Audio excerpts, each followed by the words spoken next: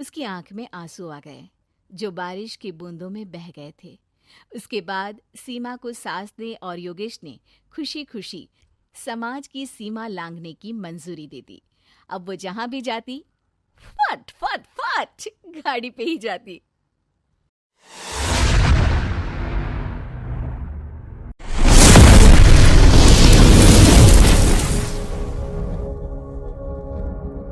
बहू और बुलेट। घर के बाहर फट फट फट की जोर से आवाज हुई। सीमा को लगा कि पटाखे फूट रहे हैं।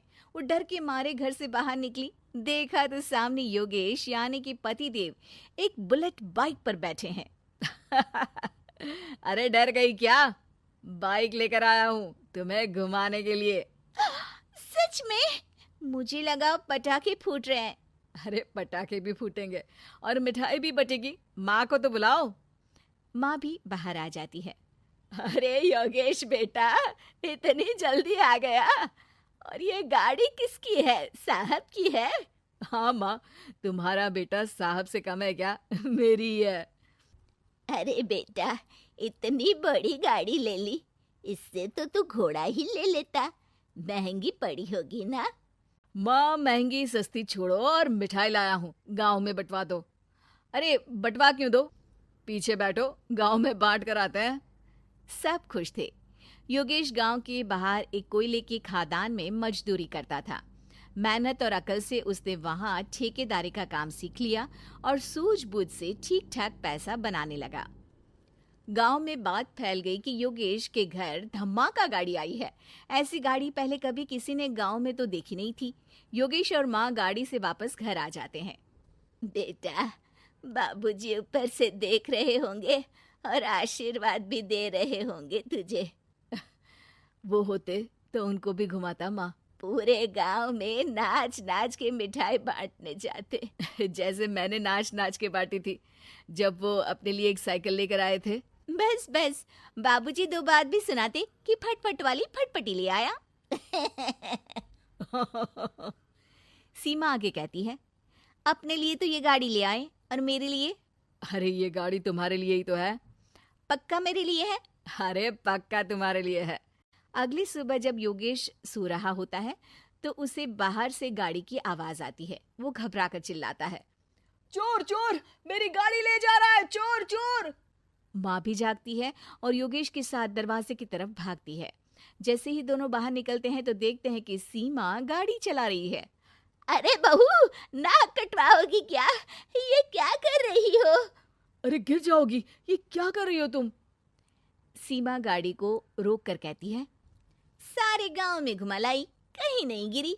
क्या? सारे गांव में घुमा लाई? अरे लोग क्या कहेंगे बहू? सोचा क्या एक बार? यही कहेंगे कि कितनी अच्छी गाड़ी है।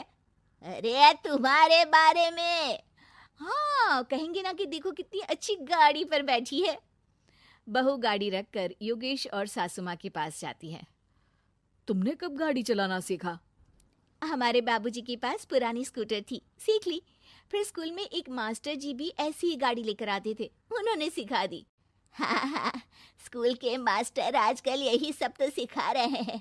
पढ़ाई का कुछ सिखाते तो कुछ भला होता। अरे बहू, अब गाड़ी मत चलाना। हमारे परिवार में कभी किसी औरत ने पीछे से आगे की सीट पे आने की हिम्मत नहीं की है। तुम भी मत करना, समझी? जी समझ गई माँ जी। सीमा सास की बात सुनकर चुपचाप रसोई में जाकर उदास होकर खाना पकाने लगती है। सास सुबह सुबह मंदिर से पूजा करके लौट रही होती है। तभी उसे दो औरतें रोक लेती हैं और कहती हैं, अरे बहू को थोड़े अच्छे लक्षण भी सिखा दो। गाड़ी चलाने निकली थी, गांव की मर्यादा का कोई ख्याल नहीं है। वही तो। अरे पैसे आने लगे हैं तो क्या मतलब कि किसी रीति रिवाज को नहीं मानोगे? अरे समाज में रहना है तो समाज के ढंग से ही रहना पड़ता है। अरे लाज भी नहीं आई बहू को? चूल्हे चौके से निकलकर सीधे गाड़ी लेकर चौराहे चबूतरे नाप लिए, फट फट फट करते हुए। अरे कुछ कह देना उसे। अरे ये क्या कहेगी? बूढ़ी सास है, इनकी थोड़ी ना चलती होगी घर में। हाँ, बहू की ही चलती होगी, मर्जी भी और गाड़ी भी। सास सब सुनकर घर आती है और बहू को चिल्ला के बुलाती है। अरे नाक कटवा दी सबके सामने गाड़ी चलाकर। औरत जात गाड़ी नहीं चलाती। शहरों में तो 4 पहियों वाली गाड़ी भी चलाती हैं और हेलीकॉप्टर, हवाई जहाज भी। शहर में थोड़ी ना रहती हो मैडम साहिबा। आज के बाद गाड़ी से ही नहीं, यूं भी निकलना बंद तुम्हारा घर से। माँ सही कह रही है, कहीं भी जाना हो तो मुझे बता देना, मैं लेकर चलूंगा। आज माँ को तुम्हारे कारण कितनी बातें सुननी पड़ी। इतना कहते हुए योगेश वहां से चला जाता है। बारिश की वजह से कारखाने के रोड पर कीचड़ रहता है, इसीलिए योगेश गाड़ी घर रख कर जाता है और किसी से लिफ्ट लेकर कारखाने पहुंचता है ताकि नई गाड़ी गंदी ना हो। लेकिन शाम को इतनी तेज बारिश होती है कि उसे वापस आने का कोई साधन ही नहीं मिलता। बारिश बढ़ती जाती है, रात के 11 बज जाते हैं। रास्ते में एक नदी का ब्रिज है, अगर उस पर पानी आ गया तो योगेश कारखाने में ही फंस जाएगा। पूरी रात भूखे प्यासे बितानी पड़ेगी। घना अंधेरा, बिजली की कड़कड़ाहट और तेज बारिश। राजेश डर भी रहा था, ठंड से कांप भी रहा था। तभी उसे रोड से आती हुई एक रोशनी दिखती है। वो देखता है कि उसके सामने एक बाइक आकर खड़ी हुई है।